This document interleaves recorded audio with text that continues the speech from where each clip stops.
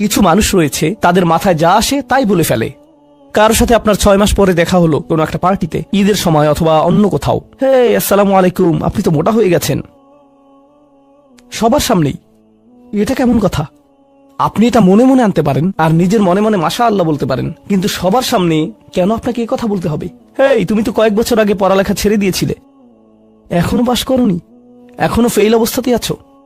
মানুষ আপনাকে এরকম কথা বলে আর এটা আপনাকে রাগান্বিত করে। এই অবস্থায় কি করবেন? আল্লাহ বলেছেন এটা আপনার মনের বিনয় প্রকাশের অংশ। এভাবেই আল্লাহ আমাদের বিনয় যাচাই করবেন। আর প্রসঙ্গক্রমে তারাই হয়ে থাকে আমাদের সবচেয়ে কাছের মানুষ, যার অর্থ আপনি এই ধরনের পরিস্থিতিতে বারবার বারবার বারবার পড়বেন। কিভাবে এটা থেকে বেরিয়ে আসবেন? আল্লাহ বলছেন ওয়াইযা খাতাবাহুমুল জাহিলুনা ক্বালু সালামা। এটা দিয়ে কতিপয় জিনিস বোঝায়। আমি এখানে সেই কয়েকটি শিক্ষা নিয়ে আলোচনা করব। যখন এমনটা ঘটবে আপনার তাৎক্ষণিক প্রতিক্রিয়া হবে শান্তি, ক্বালু সালামা। এটা দ্বারা বিদায়ও বোঝাতে পারে। আপনি বলবেন সালাম, আমি আর এই আলোচনা চালিয়ে যেতে চাই না, আমি সম্মানজনকভাবে আপনাকে বিদায় জানাবো। ও দাঁড়ান, আমার তো একটা মিটিং আছে।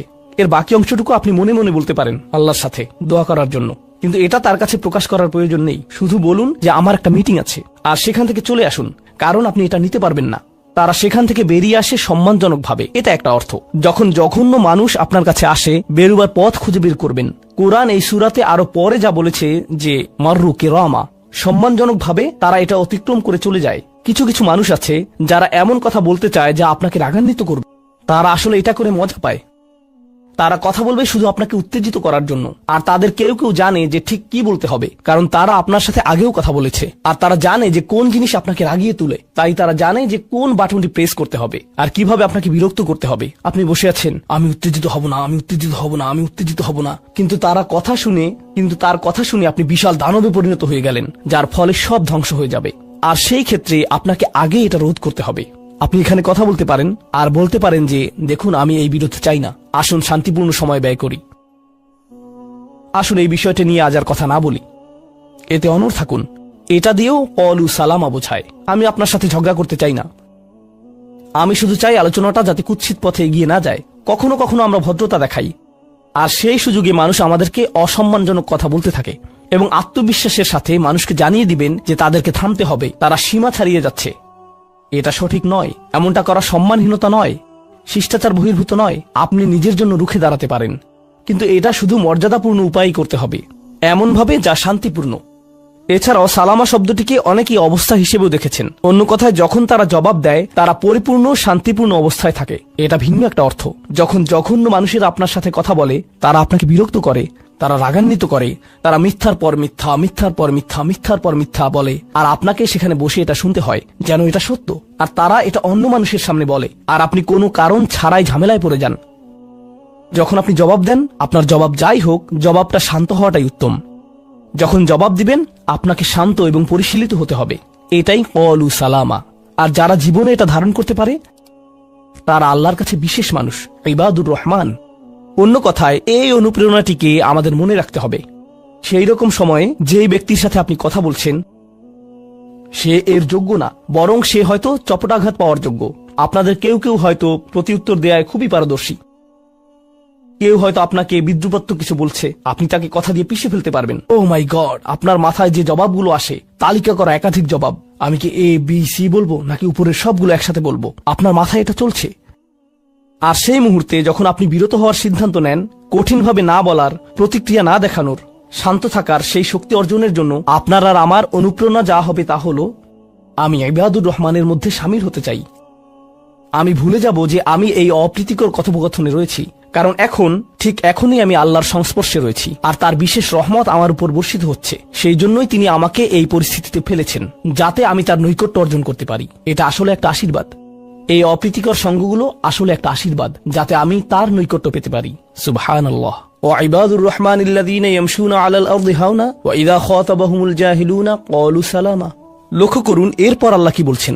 দ্বিতীয় শ্রেণীর মানুষেরা, তাদের বিশেষ গুণটি বর্ণিত হচ্ছে। প্রসঙ্গক্রমে এর অর্থ এটা না যে তারা অন্য কিছু করে না, যেমন তারা নামাজ পড়ে না, তারা হালাল খাবার গ্রহণ করে না। এগুলো তো থাকতেই হবে, তারা তো ইতিমধ্যে ইবাদ। এগুলো হলো ইবাদ হওয়ার বাইরের অতিরিক্ত গুণাবলী। দ্বিতীয় মহান গুণটি কি? দ্বিতীয় শ্রেণীর এই মানুষেরা যারা আল্লাহর কাছে প্রিয়, কোন জিনিসটা তাদের বিশেষ মানুষে পরিণত করেছে? ওয়াল্লাযীনা ইয়াবিতুনা লিরাব্বিহিম সুজ্জাদান ওয়া কিয়ামান, যারা রাত্রি অতিবাহিত করে তাদের প্রভুর উদ্দেশ্যে সিজদারত এবং দণ্ডায়মান অবস্থায়। তারা লোকচক্ষুর অন্তরালে গভীর রাতে নামাজে মশগুল থাকেন, কারণ তারা জানেন যে রাতের গভীরে আল্লাহ তাদের সবচেয়ে নিকটে থাকেন। আমাদের অনেকের জন্য এটা অনেক কঠিন যে আল্লাহ যদি তার সবচেয়ে নৈকট্যপ্রাপ্ত মানুষদের কথা বলেন, এই শ্রেণীর মানুষদের দিয়ে শুরু করাটাই প্রত্যাশিত ছিল। এটাই প্রত্যাশিত ছিল যে আল্লাহ এমন মানুষদের দিয়ে শুরু করবেন যারা সবচেয়ে বেশি নামাজ আদায় করে, বিশেষত এমন সময়ে যখন তিনি নিকটে থাকেন, যা হলো রাতের মধ্যপ্রহর। সেখান থেকে শুরু হওয়ার কথা ছিল, কিন্তু না, তিনি সেখান থেকে শুরু করেননি। তিনি বিনয় দিয়ে শুরু করেছেন, কারণ রাতের সেই নামাজ যখন আপনি এবং আমি আল্লাহর সামনে বিনয়াবনত হই, নামাজরত অবস্থায় অন্য কেউ দেখার সুযোগ না থাকে, চমৎকৃত করার মতো আর কেউ না থাকে, একমাত্র যাকে আপনি চমৎকৃত করতে চান তিনি হলেন আল্লাহ। আপনার আত্মাভিমান চলে গিয়েছে, আল্লাহর সম্মুখে দণ্ডায়মান হয়ে আপনি পূর্বেকৃত সকল অপরাধ স্বীকার করেছেন, আল্লাহর সাথে আপনি উন্মুক্ত আলোচনায় রত আছেন, সকল অহংকার থেকে মুক্ত হয়ে। যদি নিজেকে অহংকার মুক্ত করতে চান, প্রথম ধাপটি হলো আপনি কি মানুষের সামনে অহংকারকে বিসর্জন দিতে পারেন, আর তারপর আল্লাহর সম্মুখে উপস্থিত হন। আমরা এমন অনেক মানুষদের কথা জানি যারা ইবাদতে পারদর্শী, কিন্তু মানুষের কাছে তারা খারাপ হিসেবে বিবেচিত।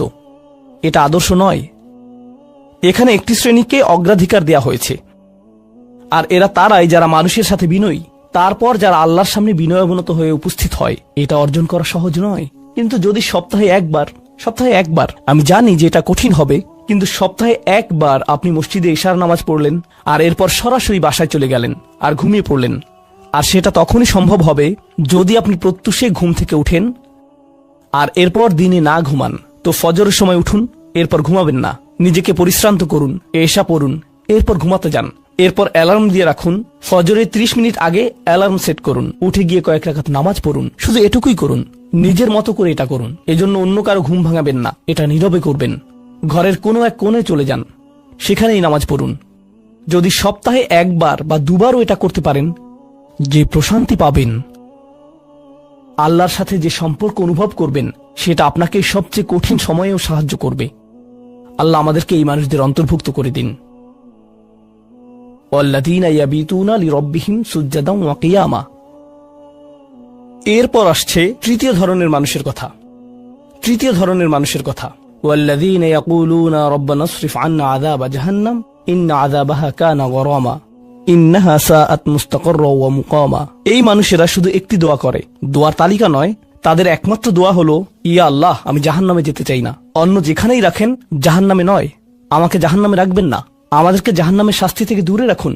অবস্থান করার জন্য এটা বিভৎস একটা জায়গা, আমি এটা এক মুহূর্তের জন্য দেখতে চাই না। আমি সেখানে স্বল্পস্থায়ী ভাবে থাকতে চাই না, আর আমি সেখানে দীর্ঘস্থায়ী ভাবেও থাকতে চাই না। দোয়াটি মনোযোগ দিয়ে শুনুন। ইন্নাহা সাআত মুস্তাকাররা ওয়া মুকামা। প্রথমত, এটা একটা শাস্তি, এটা বিশাল একটা সাজা। আমি সেখানে স্বল্প মেয়াদের জন্য থাকতে চাই না, আর আমি সেখানে দীর্ঘমেয়াদের জন্যও থাকতে চাই না। কিছু মানুষ রয়েছে যারা সেই একই রোগে আক্রান্ত হয়েছে, উম্মার মধ্যে, মুসলিমদের মধ্যেই একই রোগ যা বনী ইসরাইলেরও ছিল। তারা বলেছিল, আল্লাহ আমাদেরকে শাস্তি দিবেন না, ইল্লা আইয়ামাম মাদুদা, দিলেও কয়েকদিনের জন্য। মুসলিমদের মনোভাবও এমন হয়েছে, তারা বলে আল্লাহ আমাদের শাস্তি দিবেন, কিন্তু তা তো চিরদিনের জন্য না, তাই না? আমরা মুসলিম, একসময় আমরা ঠিকই বেরিয়ে আসবো। ঠিক আছে, ভালো, আমি জাহান্নামে যাব, কিন্তু এটা হবে দীর্ঘ সাপ্তাহিক ছুটির মতো, আর তারপর আমার আর সমস্যা নেই। দেখুন আল্লাহর নৈকট্যপ্রাপ্ত মানুষদের দোয়া। তারা আল্লাহকে বলছেন, ও আল্লাহ, আমি জাহান্নামে যেতে চাই না, স্থায়ী ভাবে না, অস্থায়ী ভাবেও না। আমি স্বীকার করছি যে অবস্থানের জন্য এটা বিভৎস একটা জায়গা, মুস্তাকাররান ওয়া মুকামা। শুধু থামার স্থান হোক অথবা চিরকালীন স্থান হোক, আমি এগুলোর কোনোটাই চাই না। আজকে আমি সূরাতুন নিসার দুটি আয়াত শেয়ার করতে চাই। একটি আয়াতে আল্লাহ বলছেন সবার আগে কোন কোন পাপগুলো থেকে আমাদেরকে দূরে থাকা প্রয়োজন। অনেক সময় একজন মুসলিমের জীবনে কাজের অগ্রাধিকার নির্ধারণের ক্ষেত্রে সঠিকভাবে বুঝের অভাব দেখা দেয়। কিছু কিছু কাজ অন্য কাজের চেয়ে বেশি গুরুত্বপূর্ণ, অন্যান্য কাজের চেয়ে আপনার নামাজ বেশি জরুরি। ইসলামের এমন অনেক আমল রয়েছে যা জীবনকে সৌন্দর্যমণ্ডিত করে তুলবে, কিন্তু সেই কাজগুলো গুরুত্বর দিক থেকে নামাজের কাছাকাছি পর্যায়েও নেই, বা পাপ কাজের ক্ষেত্রেও এরকম প্রাধান্য রয়েছে। অনেক আমল রয়েছে যেগুলো আমাদের করা উচিত, যেমন ঘরে প্রবেশের সময় ডান পা দিয়ে প্রবেশ করা উচিত, টয়লেটে প্রবেশের সময় বাম পা দিয়ে প্রবেশ করা উচিত, এবং নির্দিষ্ট দোয়াগুলো পড়া উচিত। এ ধরনের আমলগুলো করার চেষ্টা থাকা উচিত, এগুলো উপেক্ষা করার কোনো সুযোগ নেই। কিন্তু এমন অনেক পাপ কাজ রয়েছে যেগুলো করা কবিরা গুনাহ। অনেক সময় এই অগ্রাধিকার নির্ধারণের ক্ষেত্রে মানুষ যখন সঠিক জ্ঞানের অভাব থাকে তখন তারা ছোট ছোট ব্যাপারকে বেশি গুরুত্ব দেয়। তারা নিশ্চিত করতে চায় যে আমি অমুক অমুক সুন্নাহ ঠিকভাবে পালন করছি তো, অমুক অমুক দোয়াগুলো নিয়মিত পড়ছি তো, শুক্রবারে সূরাতুল কাহফ পড়ছি তো, ইত্যাদি ইত্যাদি। তো তারা ছোট ছোট আমলগুলো সঠিকভাবেই আদায় করে, কিন্তু একই সময়ে চোখের সামনে থাকা বিশাল বিশাল গুনাহগুলো অনায়াসেই করে ফেলে। করার সময় দ্বিতীয়বার চিন্তাও করে না। যেমন ধরুন হারাম উপার্জনের টাকা, জিনা করা, সুদ, এরকম বড় বড় গুনাহ, বিরাট বিরাট শয়তানি পাপগুলো সে অনায়াসেই করে যায়। মনে হয় যেন চোখ থাকতেও সে অন্ধ। ছোট ছোট আমলগুলো আপনি ঠিকই গুরুত্ব দিয়ে করে যাচ্ছেন, যেন মনে মনে ভালো ফিল করতে পারেন যে যাক আমি তো ধর্ম পালন করছি। এজন্যই কুরআন আমাদেরকে বিভিন্ন আমলের সঠিক অনুপাত ঠিক করে দিয়েছে। আল্লাহ এই আয়াতে বলছেন, ইনতাজতানিবু কাবাইরা মা তুনহাউনা আনহু, যদি তোমরা নিষিদ্ধ কাজের বড় বড়গুলো হতে বিরত থাকো। সুতরাং দেখা যাচ্ছে এমন অনেক বড় বড় পাপ রয়েছে যেগুলো থেকে আমাদের অবশ্যই বিরত থাকতে হবে। যদি আমরা এটা করতে পারি তাহলে ছোট ছোট পাপের ক্ষেত্রে আল্লাহ বলছেন, নুকাফিরু আনকুম সাইয়্যাতিকুম, তাহলে আমি তোমাদের ছোট ছোট পাপগুলো ক্ষমা করে দেব। অর্থাৎ আগে সিরিয়াস ব্যাপারগুলো যত্ন নাও। কোরআন যেগুলোর উপর গুরুত্ব আরোপ করেছে, যেমন টাকা উপার্জনের বিষয়টা, কিভাবে আমরা টাকা আয় করি এবং কিভাবে তা ব্যয় করি, সে ব্যাপারে আগে যত্নবান হওয়া, এটা খুবই সিরিয়াস একটা ব্যাপার। আমাদের আশেপাশে যারা আছে তাদের অধিকারের ব্যাপারে সাবধান থাকা, যারা এতিম বা অভাবগ্রস্ত তাদের দেখাশোনা করা। সূরা মাউনে আল্লাহ বলছেন, ফাযালিকাল্লাযী ইয়াদউল ইয়াতীম, সেই ব্যক্তি যে এতিমকে গলা ধাক্কা দেয়। এগুলো বড় ধরনের পাপ। তারপর যেভাবে আমরা আমাদের ব্যবসা বাণিজ্য চালাই, কেউ যদি আপনার কাছে টাকা পায়, কোনো কন্ট্রাক্ট মানতে যদি ওয়াদাবদ্ধ হন, কোনো সেবা প্রদান করার জন্য যদি আপনাকে বেতন দেয়া হয়, কাজের ক্ষেত্রে সততা বজায় রাখা। ঠিক একইভাবে কোরআনে বর্ণিত সবচেয়ে ভয়ঙ্কর পাপগুলোর একটি হলো সুদ। একইভাবে আমাদের পবিত্রতা রক্ষা করা, অর্থাৎ জেনা ব্যভিচার থেকে বিরত থাকা, এটা কবিরা গুনাহ। এটা এত বড় গুনাহ যে আল্লাহ বলছেন, লা তাকরাবুজ জিনা, ব্যভিচারের কাছেও যেও না। অন্যান্য ছোট ছোট গুনায় তোমরা হয়তো জড়িয়ে পড়বে। হতে পারে তোমার নামাজে যথেষ্ট মনোযোগ ছিল না, অজুটাও হয়তো উত্তম রূপে করা হয়নি। হতে পারে যখন নামাজ পড়ছিলে তখন অন্য কোথাও মন পড়েছিল। হতে পারে হজ বা উমরা করার সময় কিছু কিছু নিয়মকানুন ঠিকমতো পালন করতে পারোনি। কখনো কখনো হয়তো ধৈর্য হারিয়ে ফেলেছিলে। এই ছোট ছোট বিষয়গুলো ক্ষমা করে দেয়া হবে, কারণ তোমরা বড় বড় পাপ থেকে বিরত ছিলে। ছোট বড় পাপের এমন একটি তারতম্য কোরআনে জোর দিয়ে উপস্থাপন করা হয়েছে। কিন্তু এই আয়াতের যে ব্যাপারটি আমার কাছে বেশ চমৎকার লেগেছে, সেটা শুধু তিনি যে আমাদের পাপগুলো উপেক্ষা করবেন তা নয়, বরং এই পাপগুলোর কথা মনে করে আমরা প্রায় লজ্জিত হয়ে পড়ি। আল্লাহ এর সাথে সাথে আরো যোগ করে বলেন, অনুদখিলকুম মুদখলান কারিমা, এবং সম্মানজনক স্থানে তোমাদের প্রবেশ করানো হবে। অন্য কথায় ওই ছোট ছোট ত্রুটিগুলোকে উপেক্ষা করে তোমাদেরকে সম্মানিত করা হবে, মর্যাদা দেয়া হবে। আর ওই সব লজ্জাজনক ব্যাপারগুলো তোমাদের রেকর্ড থেকে মুছে ফেলা হবে। তাই যখন তোমরা আল্লাহর সামনে আসবে, অপমানিত হবে না, তোমাদের সম্মানজনক স্থানে প্রবেশ করানো হবে। এই আয়াতের আরেকটি ব্যাপারও আমার কাছে বেশ চমৎকার মনে হয়েছে। এই আয়াতের পূর্বের কয়েকটি আয়াতে কিছু কিছু কবিরা গুনাহ নিয়ে কথা বলা হয়েছে, যেমন ব্যবসায় প্রতারণা করা, কাউকে অন্যায়ভাবে হত্যা করা। আর ছোট ছোট পাপ ক্ষমা করে দেওয়ার আয়াতের ঠিক পরের আয়াতে আরো অসাধারণ উপায়ে জীবনের বিভিন্ন বড় বড় পাপে জড়িয়ে পড়ার যে মূল কারণ সেটা বলা হয়েছে। আল্লাহ আযজা ওয়া জাল্লা বলেন, ওয়ালা তাতামান্নাউ মা ফাদ্দালাল্লাহু বিহি বা'দাকুম আলা বা'দ, আর তোমরা আকাঙ্ক্ষা করো না এমন সব বিষয়ে যাতে আল্লাহ তাআলা তোমাদের একের উপর অন্যের শ্রেষ্ঠত্ব দান করেছেন। তো আমাদের ক্ষেত্রে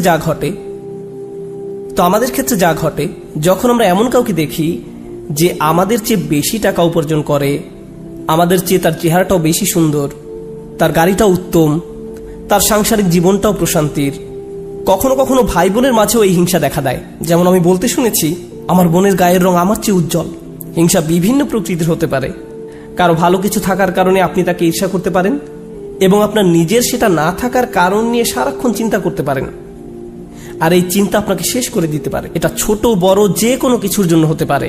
এটা বস্তুগত বিষয়, যেমন অর্থকড়ি, ঘরবাড়ির জন্য হতে পারে। আবার অবস্তুগত বিষয়, যেমন বাবার ভালোবাসা, মায়ের ভালোবাসার জন্যও হতে পারে। বাবা কেন তাকে এত ভালোবাসে, আমার প্রতি তো এত মনোযোগ দেয় না। মা সবসময় শুধু আমার দোষ দেখেন, তিনি কখনো ওর দোষ দেখেন না। মাঝে মাঝে পিতামাতার আচরণ ব্যাপারটাকে আরো জটিল করে তোলে, কারণ তারা বারবার বলতে থাকেন, কেন তুমি তোমার ভাইয়ের মতো হতে পারো না? ও কত লক্ষ্মী। তাদের এমন আচরণ পরিবারের ভিতরে আরো বেশি হিংসা তৈরি করে। আল্লাহ এখানে বলছেন, অন্যদের যা দেয়া হয়েছে তার জন্য আকাঙ্ক্ষা করো না। আপনি নিজেই তো দেখতে পান যে আপনার চেয়ে ভালো চেহারার মানুষ রয়েছে, আপনার আমার চেয়ে বুদ্ধিমান মানুষও রয়েছে, আমাদের চেয়ে বেশি টাকা কামাই করে এমন লোকজনও রয়েছে। পরিবারে এমন কেউ থাকতে পারে যে আপনার চেয়ে বেশি প্রশংসা লাভ করে। কখনো কখনো হয়তো অন্যায়ভাবে তাদেরকে প্রাধান্য দেওয়া হয়, কিন্তু অনেক ক্ষেত্রে আসল ব্যাপার হলো আল্লাহ তার জন্য রিজিকের যে দরজা খুলে দিয়েছেন তা তিনি আমার জন্য খুলেননি, তিনি আমার জন্য অন্য দরজা খুলে দিয়েছেন। আমরা অন্য একজনকে যা দেয়া হয়েছে ঠিক সেটাই কামনা করি। আল্লাহ আপনাকে আমাকে অন্য একজনের মতো করে বানাননি। আল্লাহ অন্য মানুষদের জন্য রিজিকের যে দরজা খুলে দিয়েছেন তা হয়তো আমার জন্য দেননি। আমাদের প্রত্যেকেরই রয়েছে জীবিকা উপার্জনের স্বতন্ত্র সুযোগ। আল্লাহর অনুগ্রহ অর্জন করতে হলে আমাদের প্রত্যেককে যে সুযোগ দেওয়া হয়েছে তার আলোকে কঠোর পরিশ্রম করতে হবে, অন্যদের সাথে নিজেকে তুলনা করে নয়। এই আয়াত যে ইতিবাচক বিষয়গুলোর প্রতি জোর দেয় সেটা আলোচনা করার পূর্বে আমি আরেকটা ব্যাপারে কথা বলতে চাই। এই হিংসা কেন অনেকগুলো বড় বড় গুনাহের মূল কারণ? আমাদের জানা মতে রেকর্ড করা ইতিহাসে আল্লাহর বিরুদ্ধে সর্বপ্রথম যে বিদ্রোহ করা হয় তা হলো ইবলিস শয়তানের বিদ্রোহ। আর এই বিদ্রোহের মূল কারণ ছিল হিংসা। সে কেন এত মনোযোগ পাচ্ছে? তাকে তো জাস্ট মাটি দিয়ে তৈরি করা হয়েছে। এভাবেই অবাধ্যতার শুরু। মানুষ পৃথিবীতে আসার পর সর্বপ্রথম যে পাপটি সংঘটিত হয় তা হলো কাবিল কর্তৃক তার ভাই হাবিলের হত্যা। সেটাও ছিল হিংসার কারণে।